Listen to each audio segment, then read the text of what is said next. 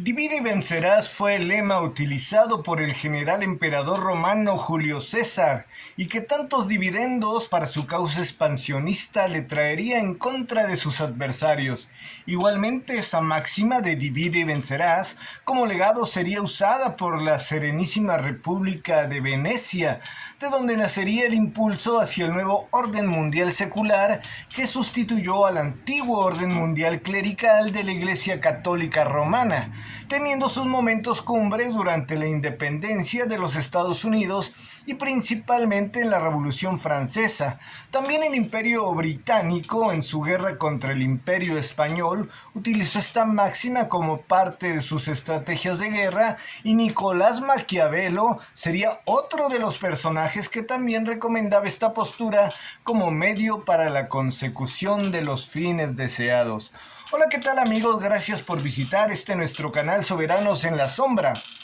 Mi nombre es Marco Medina, les saludo desde el caluroso norte de México, y como me comprometí en el video anterior, en esta ocasión voy a hablarles de esa dicotomía con la que nos han fragmentado políticamente a las naciones desde adentro para mantenernos confrontados bajo la máxima de divide y vencerás, y así lograr que nunca nos asociemos en un proyecto de unidad, de nación, que nos cohesione y como una nación soberana, manteniéndonos vulnerables para la manipulación detrás de las cortinas por parte de los globalistas y su proyecto de un gobierno mundial, hoy en día en la forma de tecnato.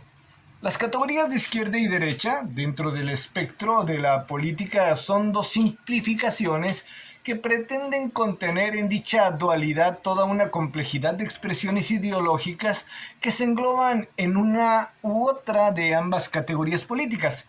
Entre varias de las expresiones que las componen podríamos relacionar en la derecha quienes piden menos Estado y más iniciativa privada, como es el caso de los libertarios, aunque habría quienes abogan por la no existencia del Estado, al que culpan de todos los males y de robar el fruto del trabajo de los demás a través de los impuestos. Algo de esto hay de verdad.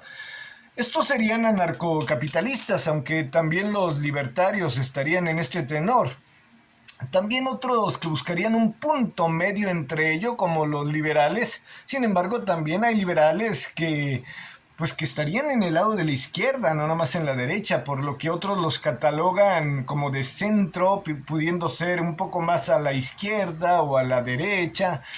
Otros serían los neoliberales, que tendrían un discurso entre anarcocapitalista, pero que en los hechos usan al Estado como referee en la competencia de libre mercado, pero en la realidad lo han utilizado más bien como un facilitador de negocios en beneficio de los grandes oligopolios y monopolios multinacionales. Al menos así ha ocurrido en el caso de mi país, México. El neoliberalismo puede darse tanto en gobiernos democráticos o en dictaduras autoritarias, como fue el caso de la de Pinochet, a las que se considera como de ultraderecha, ¿no? O conservadores del statu quo clasista. Incluso en todo ese enredo hay quienes también consideran erróneamente a la Alemania de la Segunda Guerra Mundial, a la del señor del bigotito que saludaba así, quién sabe cómo,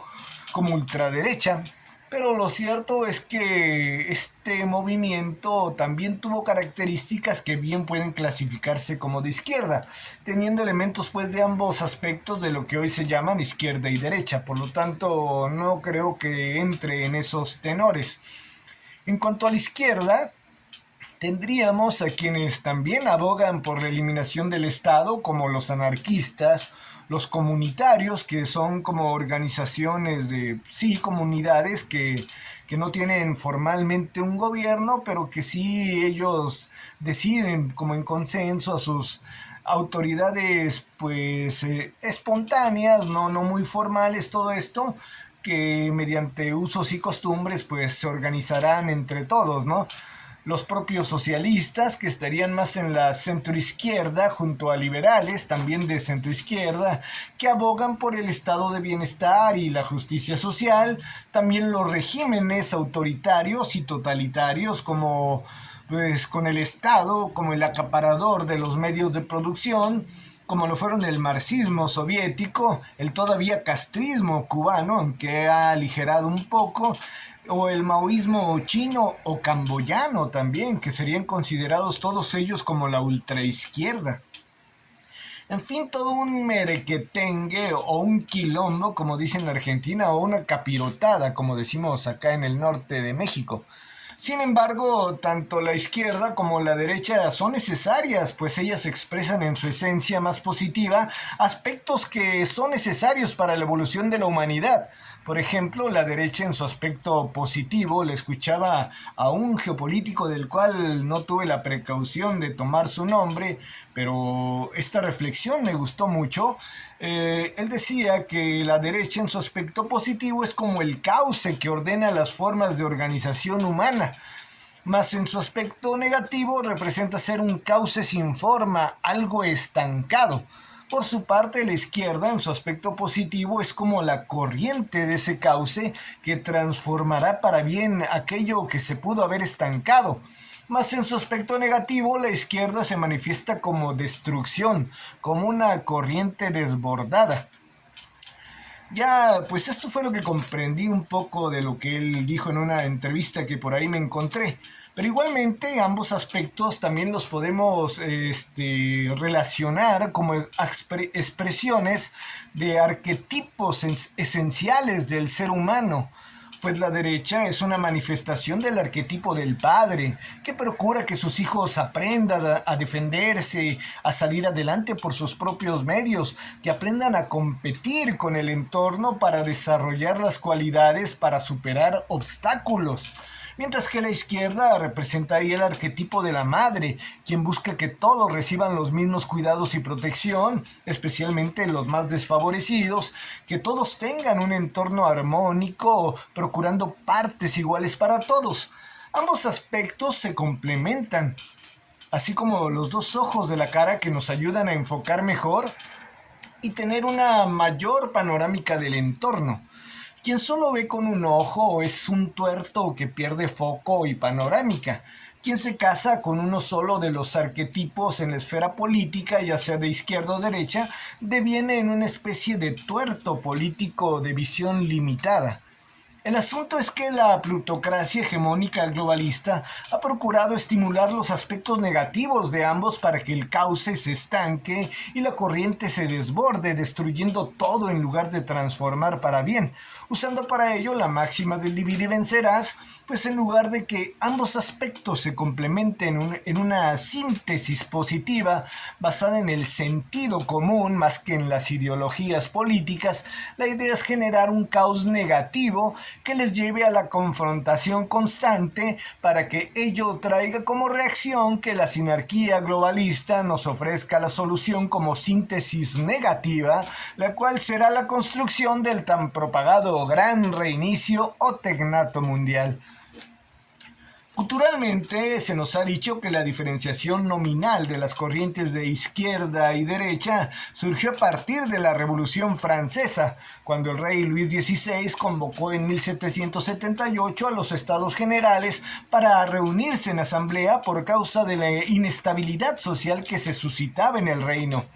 Dentro de dicho parlamento se reunieron cerca de 2.200 o 1.200 diputados, o quizá un poco más, no sé el número exacto, pero dentro de los cuales una mitad representaba al primer y segundo estado, o sea, al clero y a la nobleza, y la otra mitad al tercer estado, que eran los burgueses y las clases populares.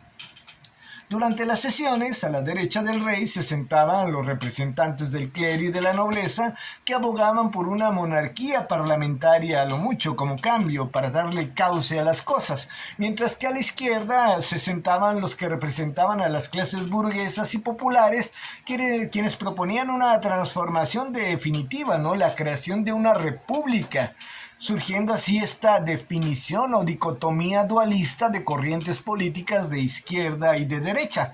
Acá podemos ver que resulta curioso que hoy en día a quienes a la izquierda llama desdeñosamente burgueses, pues como sinónimo de gente adinerada de derecha, fueron quienes llevaron a cabo las revoluciones del tipo, como la Revolución Francesa, para derrocar a quienes eran la derecha de la nobleza monárquica, aristócrata y eclesial, con la meta de tomar su lugar en el poder ahora como república laica secular, siendo en ese tiempo los revolucionarios burgueses la izquierda. De ahí que se empezarían a agrupar generalmente los creyentes católicos en la derecha y los liberales laicos en la izquierda. Pero eso es en el mundo latino más que nada, porque en el caso del mundo anglosajón, la derecha es como evangélico protestante de tipo presbiteriana y hasta puritana. Mientras que la izquierda, pues hoy en día allá sería un poco más como laica, aunque fundamentalmente progresista o socialdemócrata, y han exportado ese progresismo al mundo latino, nos han infectado con ello. Sin embargo, esa dicotomía también vendría pues de más atrás, porque cuando en el Senado de la República, de la Serenísima República de Venecia, la facción de los Giovanni, que eran los nuevos ricos mercaderes y cambistas, decidieron romper relaciones con la iglesia, decidiendo tomar camino por su cuenta, al contrario de los Vecchio, quienes eran parte de los linajes más antiguos de la aristocracia y nobleza veneciana que querían continuar del lado de la iglesia. Al final Venecia ganaría el lado de los Giovanni e empezaría a ir por su cuenta, separado de los eclesiásticos, lo que haría que en 1508 se formara la Liga de Cambrai, que conformaban los reinos de Francia, de Aragón, el Sacro Imperio Romano Germánico y la Iglesia contra Venecia, lo que hizo que con el tiempo se suscitaran varios eventos como la muda de la nobleza veneciana y sus estructuras bancarias hacia Amberes y Ámsterdam en los Países Bajos, lo que hoy llamamos Holanda, pero su nombre real es Países Bajos, en aquel tiempo Flandes y que era parte del Imperio Español, influyendo pues posteriormente esta facción en la separación del norte europeo de la iglesia, surgiendo el protestantismo principalmente en el norte del Sacro Imperio Romano Germánico, en los propios Países Bajos y en Inglaterra. En ese intento de fragmentar al antiguo orden mundial eclesiástico y sustituirlo de a poco por un nuevo orden mundial de tipo secular, que tuvieron sus mayores logros al conseguir la independencia de las 13 colonias en Norteamérica, en este caso de la mano de los liberales protestantes y masones, para establecer una democracia en la forma de república liberal separada del despotismo absolutista monárquico anglicano, mientras que en Francia es con la Revolución Francesa de que acabamos de hablar, a manos de los burgueses, laicos, liberales, ateos, ilustrados y masones, conformarían una república liberal separada de la iglesia y de la monarquía, que veneraba simbólicamente ahora a la diosa razón y que de alguna forma influirá en el futuro al ateísmo del marxismo. Así se estableció pues el nuevo orden mundial de tipo secular, que encabezaría las independencias en Hispanoamérica y en la propia Europa para fundar repúblicas liberales alejadas de la monarquía y de la iglesia, donde los herederos de aquellas nuevas oligarquías y noblezas vinculadas a los linajes venecianos, holandeses, ingleses, protestantes y masones se encumbraron como los dirigentes de este nuevo orden mundial secular, pero con el tiempo también se emparentaron de alguna forma, de alguna manera, con las aristocracias de antaño del antiguo orden mundial eclesial y absolutista. De acá que a los católicos se los empezó a relacionar pues con la derecha y a los laicos con la izquierda, mientras que los protestantes pues están como en ambos lados del espectro político. Sin embargo, al final de cuentas, tanto derecha e izquierda serían absorbidos al final del día por esta nueva élite de corte y herencia veneciana anglo-holandesa. Estos nuevos magnates burgueses ahora estaban tanto en la derecha como en la izquierda y tuvieron mucho que ver en los siguientes cambios de regímenes y revoluciones, como por ejemplo la Revolución Rusa, que sería financiada por los magnates supracapitalistas que usaban tanto al capitalismo y al comunismo para transferir la riqueza de los muchos a ese grupo compacto de poder en la cima de la pirámide social. Esto lo toqué en el video donde hablé sobre el gobierno mundial. Y ahí es cuando a los católicos se les relacionó con los empresarios comunes, que no son los mismos que los plutócratas del globalismo. A estos empresarios comunes se les empezó a relacionar en las corrientes de derecha, puesto que la revolución marxista estaba aboliendo la propiedad privada y expropiando los medios de producción de los empresarios domésticos comunes y corrientes, que por detrás del telón pues serían entregados a los megamagnates sus bienes, que pues estos magnates de que hemos estado hablando, los soberanos en la sombra. Y así se quitaban del camino a la competencia local. Recordemos lo que decía Rockefeller: la competencia es pecado. Además de que promovía abiertamente el ateísmo bajo la máxima de que la religión es el opio del pueblo. De ahí fue que se conjuntaron los empresarios que antes pues no eran muy católicos, que digamos, con toda esta vertiente del catolicismo, ¿no? Encontraron un adversario común que era el ateísmo del comunismo marxista, y que estaba enquistado en la izquierda y que empezó a ser la corriente dominante dentro de esta izquierda, y que aparte tenía herencia de todo cuando se separó pues Francia de la monarquía y de la nobleza eclesial y todo ese asunto de la diosa razón que acabo de mencionar. Todo esto conjuntó para que en esta parte los liberales laicos eh, marxistas y todos ellos que eran ateos o laicos, no precisamente ateos, se relacionaban con la izquierda, y los otros, los empresarios que también que antes estaban acá porque eran burgueses, de pronto con la llegada del marxismo pues se pasaron para acá porque les estaban aboliendo su propiedad privada, y al mismo tiempo estos que proponían que la religión era el opio del pueblo estaban destruyendo las iglesias, y por lo tanto empresarios e iglesia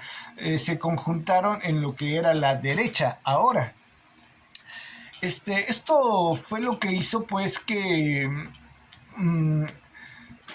que los comunistas, que estaban llevando a cabo una especie de revolución cultural que pretendía hacerla internacional, en la que los valores tradicionales que daban identidad a los países también estaban siendo atacados para deconstruirlos, pues hacia al nuevo dogma comunista ateo internacionalista, ¿no? Entonces por ello también fue otra de las cuestiones que hizo que las personas que defendían los valores tradicionales pues se fueran al lado de la derecha, mientras que los que internacionalistas, los que estaban siendo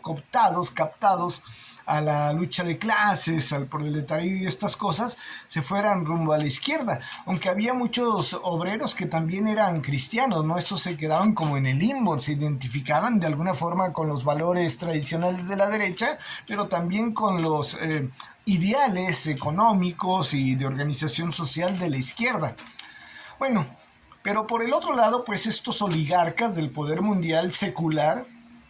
también usaron a la propia derecha para estos mismos fines, a través del neoliberalismo supercapitalista, por el cual también materializaron a la gente. Si el marxismo era era un materialismo dialéctico ateo, bueno, a través del supercapitalismo y del neoliberalismo también materializaron a la gente, la hicieron, la subsumieron en el globalismo antisoberanista, haciendo de lado dentro de esta derecha, como una mera formalidad sin fondo ni trascendencia, algunas de las cuestiones pues confesionales que antes caracterizaban a la derecha, ¿no? Como parte todo esto de esta deconstrucción mundial rumbo al nuevo orden secular. Como podemos ver, pues, con estas dicotomías de izquierda y derecha en sus aspectos más negativos, nos han estado separando y confrontándonos bajo el axioma del divide y vencerás, que la propia República de Venecia, antes Roma, el Imperio Británico de corte veneciano utilizaron como método contra sus adversarios. Hoy en día, de esta tesis y antítesis secular, ambas, neoliberalismo y socialismo, se decidieron por usar al primero. Recuerden, las dos vertientes ya tanto de derecha, neoliberalismo y socialismo de izquierda, ya eran materialistas. El socialismo, materialismo dialéctico, ateo; el neoliberalismo, pues materialismo económico, ya sin mucha repercusión trascendente en cuestiones confesionales, más apegados al amor por el dinero como su verdadera deidad. Pues utilizaron al neoliberalismo como la herramienta hasta cierto punto también progresista. El neoliberalismo era algo así como progresismo de derecha, porque se fundamentaba en el progreso económico materialista, en detrimento de esa derecha tradicional y conservadora que convivían con ellos pensando que garantizaban sus formas de ver el mundo, sin ver que en realidad atentaban contra todo ello, ya que el statu quo internacionalista de las multinacionales los iría desplazando, usando sus propios apegos tanto en lo económico como en sus motivaciones aspiracionales de pertenecer a ese statu quo de clase, ¿no? Con esto, pues iniciarían el desmantelamiento de las soberanías, erosionando sus economías, saqueándolas, haciéndolas dependientes de estos poderes hegemónicos mundiales y de sus oligopolios y monopolios multinacionales, perdiendo incluso sus soberanías monetarias, financieras, alimenticias y de varias otras áreas estratégicas del orden social, económico, político, cultural. Para una vez que fracturaron esos pilares de las naciones, pues ahora irían por la base que le da sostén a la sociedad, ¿no? ¿Y cuál es esta base? Bueno, pues la base de las tradiciones culturales, esta vez a través del progresismo, pero de izquierda, el cual se fundamenta principalmente en el aspecto cultural. O sea, ahora habrían reconfigurado el socialismo en progresismo cultural. Si a la derecha la habían transformado en progresismo económico, al socialismo lo transformaron en progresismo cultural. La lucha de clases pasó a ser ahora lucha de sexos, lucha de etnias, lucha racial, lucha ambientalista y lucha villa, ¿no? Esa es una cantante, bueno, pero todas las luchas que se te ocurran, ¿no? El chiste es hacer conflictos. El enemigo ya no sería el capitalismo como tal, sino el patriarcado heteronormativo de privilegio blanco, que la actual agenda globalista pues nos venderá como el nuevo opresor del progreso. Con ese ataque buscan deconstruir al ser humano para encaminarlo rumbo al transhumanismo de los cuerpos hablantes sin sexo definido, de géneros fluidos, que sean arcillas moldeables, sin lealtad a la patria, mucho menos tener lealtad a la familia tradicional, que sean como átomos sueltos, sin un núcleo que los contenga, pero eso sí con identidad de ciudadanos del mundo. De igual modo, con estos gobiernos progresistas, con la retórica de las cuotas de género, de la inclusión y de la diversidad, ahora siendo estos los nuevos sofismas usados como parámetros de justicia social y teniendo al ambientalismo como el epicentro de la actividad económica tanto en la izquierda como en la derecha. Se empezará pues con todo ello a desmantelar lo que faltaba, derrumbando la economía mundial mediante crisis artificiales como la de la pantomima sanitaria, o ahora ya está de alguna forma dejada en pausa para retomar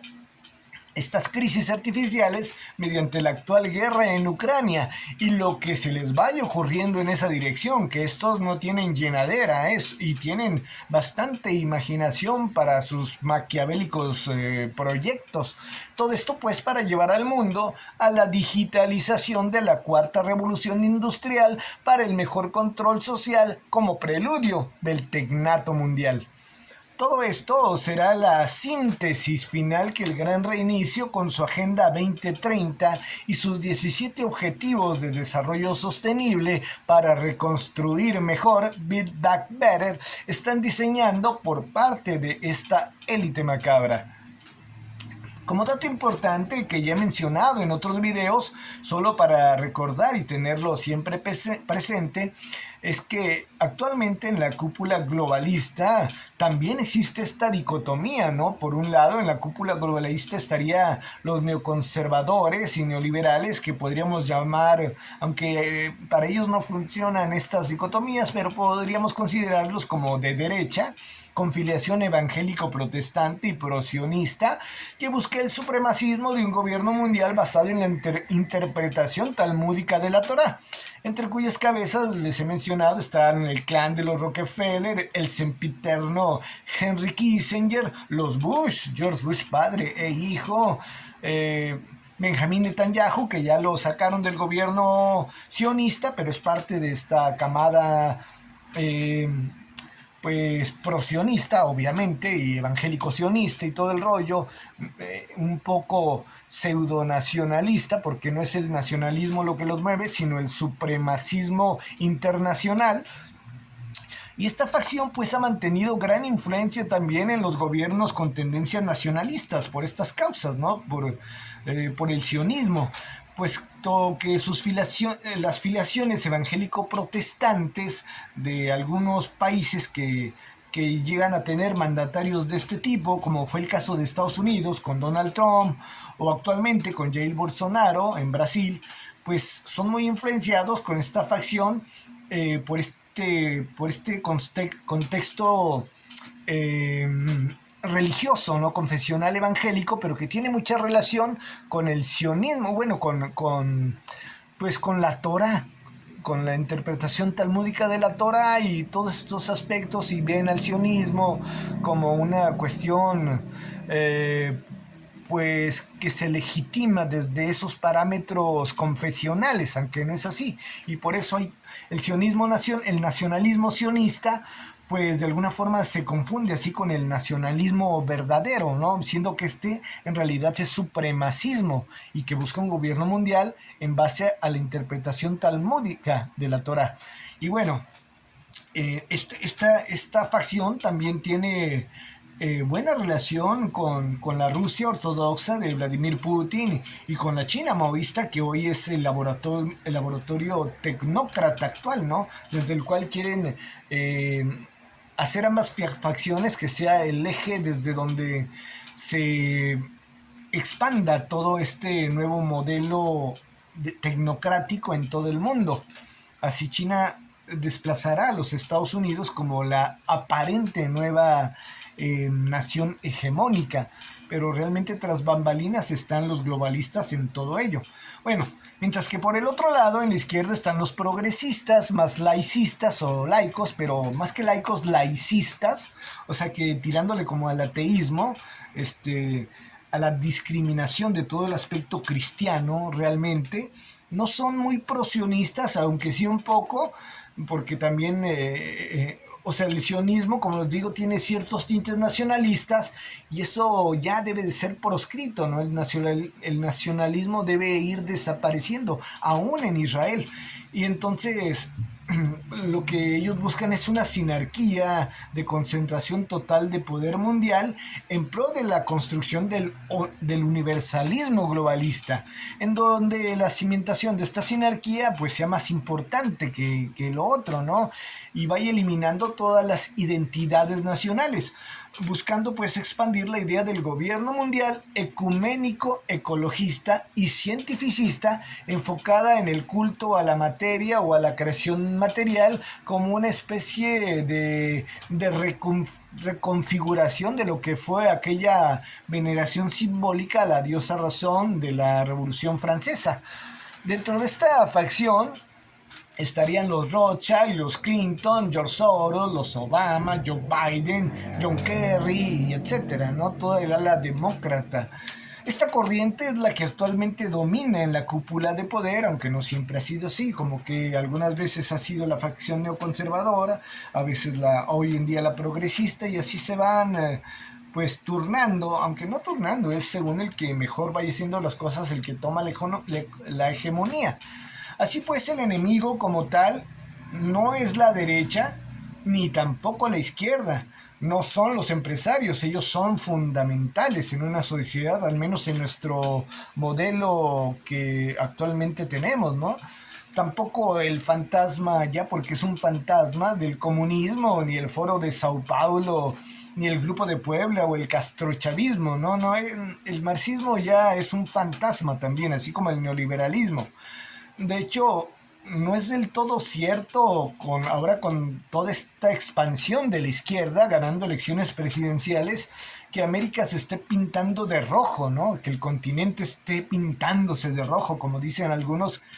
que exageran. La realidad, en todo caso, es que esta izquierda progresista lo que está haciendo es pintar al continente, pero del color del arco iris del globalismo. Eso es lo que está pintando el continente. Está siendo apoderado por el globalismo y su agenda progresista, y el color del que se está pintando es del color del arco iris, que no es la banderita propiamente del movimiento de los géneros fluidos. Ese es el escudo, pero la banderita esta del arco iris realmente representa el globalismo que sustituirá las banderas nacionales.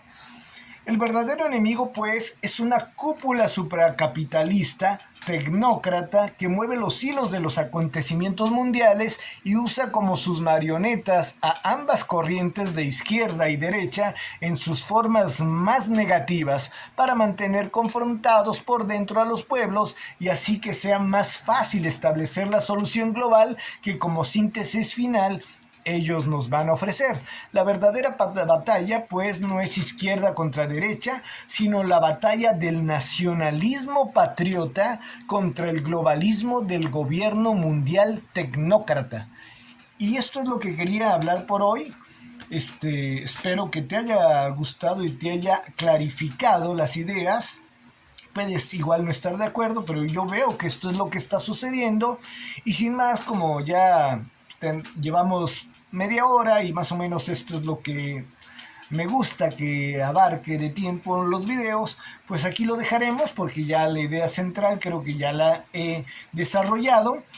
Sin más, pues te pido me regales un like,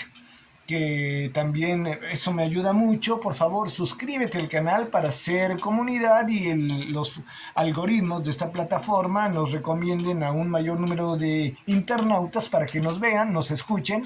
Dale click a la campanita de notificaciones para que te avise sobre el próximo video, que no sé bien sobre qué va a versar. Quizás lo haga sobre esta facción neoconservadora que en su momento tuvo el control y su punto